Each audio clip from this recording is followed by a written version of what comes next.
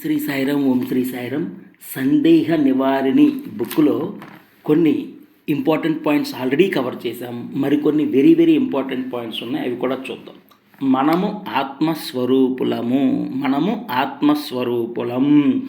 ఆత్మ మనసు గురించి డిఫరెన్స్ చూద్దాం. ముందు ఆత్మ గురించి.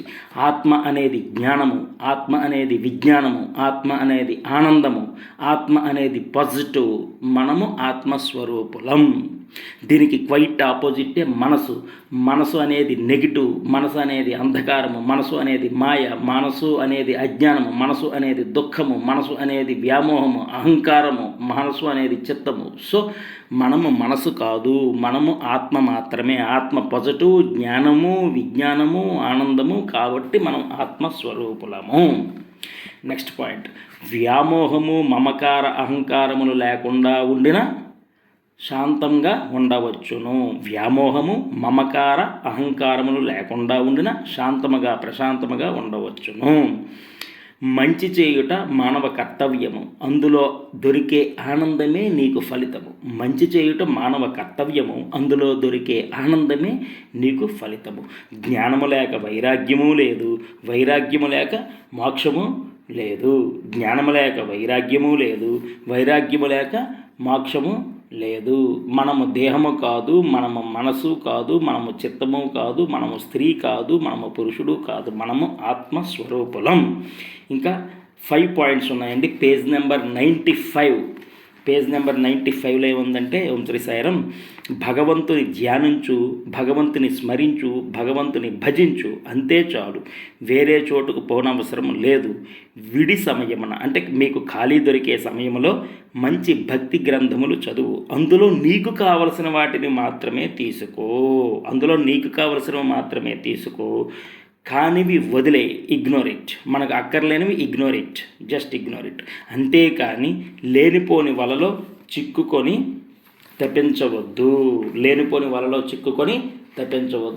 పేజ్ నెంబర్ 101లో ఒక ఇంపార్టెంట్ పాయింట్ ఉంది, అది చూద్దాం. ధ్యానము గురించి. ఏ నిమిషమున ఏమి ప్రాప్తించునో అది భగవంతుని అనుగ్రహములో ఉన్నది. దారి తప్పక చేయుట సాధకుని దీక్ష. దీక్షపై భగవత్ అనుగ్రహము కానీ దానికి ఇంతకాలము అంతకాలము లేదు. కొందరికి ఎన్నో జన్మలు పట్టును, మరికొందరికి కొన్ని దినములలోనే ఫలించును.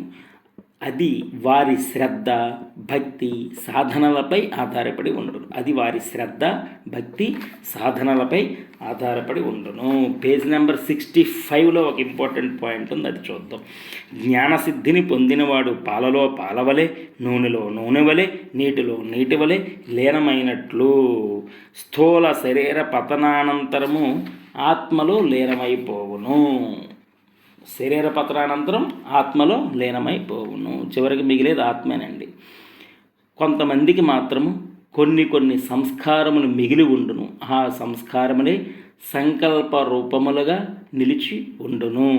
ఆ సంస్కారములు తీరేటంత వరకు ఇష్టము వచ్చిన దేహముతో లోకములో సంచరిస్తూ ఉండును.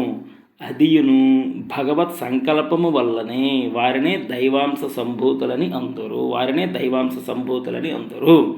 మళ్ళీ చూద్దాం. కొంతమందికి మాత్రము కొన్ని సంస్కారములు మిగిలి ఉండును. ఆ సంస్కారములే సంకల్ప రూపముగా నిలిచి ఉండును. ఆ సంస్కారములు తీరేటంత వరకు ఇష్టము వచ్చిన దేహముతో లోకములో సంచరిస్తూ ఉండును. అదియును భగవత్ సంకల్పము వల్లనే వారినే దైవాంశ సంభూతులని అందరూ. మనము ఆత్మ, దేహము కాదు. పేజ్ నెంబర్ 67లో ఇంపార్టెంట్. జ్ఞానము లేక వైరాగ్యము లేదు, వైరాగ్యము లేక మోక్షము లేదు. జ్ఞానము లేక వైరాగ్యము లేదు, వైరాగ్యము లేక మోక్షము లేదు. ఇక్కడ చాలా బాగుందండి పాయింట్. అనురక్తి అనేది పువ్వు, భక్తి అనేది కాయ, పక్వము అనేది జ్ఞానము, వైరాగ్యము అనేది పండు. ఇంకొక లాస్ట్ ఇంపార్టెంట్ పాయింట్. సూర్యుడు చూడు నీటితో నిండిన చిన్న కుండలోన, పెద్ద నదిలోని, అద్దములోని, పాత్రలపైన అన్నిటిలోని ప్రతిబింబిస్తాడు. అంత మాత్రాన అన్నీ తాననుకుంటాడా? అవి భిన్నమైనప్పుడు చింతిస్తాడా? ఇది అంతే. నేను శరీరమును అని అనుకుంటే అన్నీ చింతలే. నేను శరీరమును అని అనుకుంటే అన్నీ చింతలే. నేను కాదని అనుకుంటే సూర్యుని వలె తనంతట తాను ప్రకాశిస్తాడు. నేను శరీరము కాదు అని అనుకుంటే సూర్యుని వలె తనంతట తాను ప్రకాశిస్తాడు. అంతేకాక సర్వత్రా నిండి